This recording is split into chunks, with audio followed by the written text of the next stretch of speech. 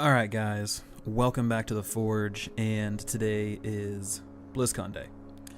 This is post kind of the whole ordeal, and we're just really kind of talking about one thing in particular, and that's Diablo. So what I'm going to have is all kind of the different games set up into a playlist. So keep your eyes open for that. I'm going to do a video over each game, what we're seeing with Hearthstone, with HOTS, with Diablo, with World of Warcraft, so on and so forth. So keep your eyes locked to my channel for that. Now, I wanted to make the Diablo video first because I feel like this one is the most controversial, and I feel like we could have some pretty good discussions around the game in general. So let's just go ahead and let's just dive right on in. So what did we learn at BlizzCon 2018 today during the opening ceremony? We learned that Diablo 4 is not coming. We haven't heard anything on Diablo 3 yet. That might be tomorrow on the Mythic stage. But we did learn about their new, quote, game, which is a fully fledged action RPG for mobile. Now, I had originally created a video, and I was pretty disappointed, right? It was a very emotionally charged video, but I decided not to post it and give it some thought and wait a little bit. And coming back and reapproaching the situation, I wanted to give it a fair, level-headed analysis, and here's what I come to. So Diablo Immortal is not the game that I wanted. It's not the game a lot of people wanted, but it's the game that Blizzard is delivering. Now, they're delivering this as what appears to be an in-between, a bridge. We know they're working on Diablo 4. We know they're working on a few other things. So in an effort to give us something to play, they provided us with Diablo Immortal, going through their brand new partnership with NetEase, which, by the way, Bungie is also partnering with them. So we'll see what happens there. Now, why, right? Why go mobile first? Mobile's an untapped market for Blizzard. They haven't really had any mobile things outside of Hearthstone and the companion app. So capitalizing on NetEase's contacts and really their network, they're going to be able to reach further and further and deeper into their largest target audience. And who is that? That is the Asian market, South Korean market, and I'm sorry, United States and North America, we are no longer their target market. We're no longer their largest market. Blizzard's largest market is now the Asian countries, and for good reason. They have more population, more people buy their games, and more people really invest heavily into their games over there. So, there's been videos of people saying, like there's that one of that kid, is this a bad April Fool's joke out of season? Other people really just kind of tearing the game down.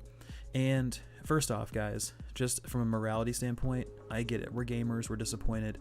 But people did put their heart and soul into this game, and people are excited about this game from a developer standpoint.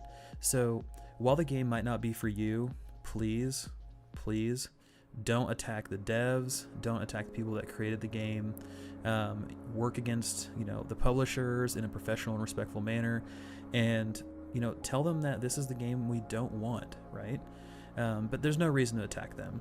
That's outside, that's ridiculous. So now, the game itself takes place after Diablo 2 and before Diablo 3, right? Tyrael has just smashed the World Stone.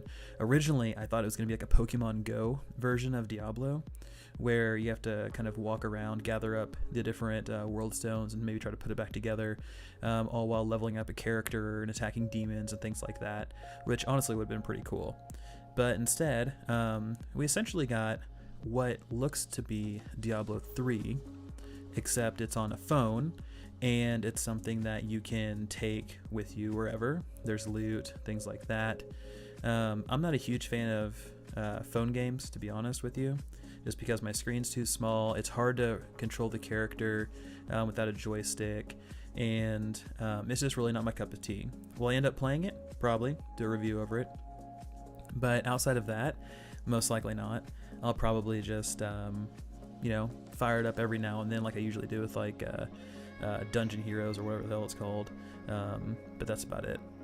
Now, the game, I'm not entirely certain where they're going with it. I do know, I can't remember his name, but he was in the Q&A panel on Diablo What's Next.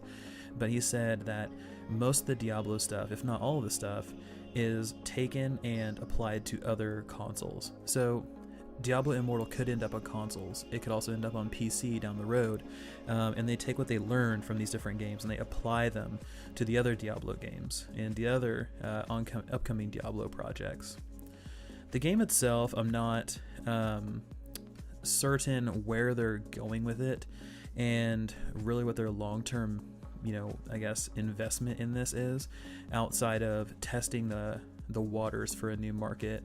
This really, frankly, seems to be a power play by Activision. I don't necessarily think Blizzard would, trend in that direction, but I'm not entirely sure. A lot of the Blizzard folks a lot of the old school Blizzard folks have stepped out, and now we have people that are part of a new generation, right?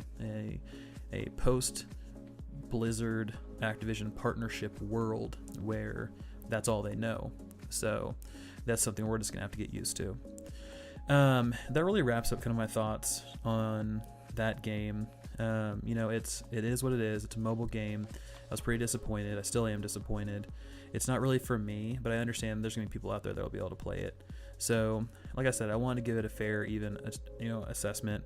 I think as long as they keep the cash shop out of it, then it'll be a fun action RPG that I'll end up paying a few bucks for. But if they bring a cash shop into it and they try to just monetize the hell out of it, that's going to leave such a bad taste in people's mouths. They're not going to want to play it. Now, do I believe there won't be a cash shop? No. I think there will be. Absolutely. Do I want there to be? No. As always, I do not. But it is what it is. So, I'm curious what you guys have to say. So let's drop some comments below. Let's get this conversation rolling. What do you guys think of Diablo Immortal? And do you guys think it's a good play for Blizzard? Do you guys think, the game's going to be successful? And are you guys going to end up picking it up? Anyway, guys, this has been Vulcan, and I am out of here.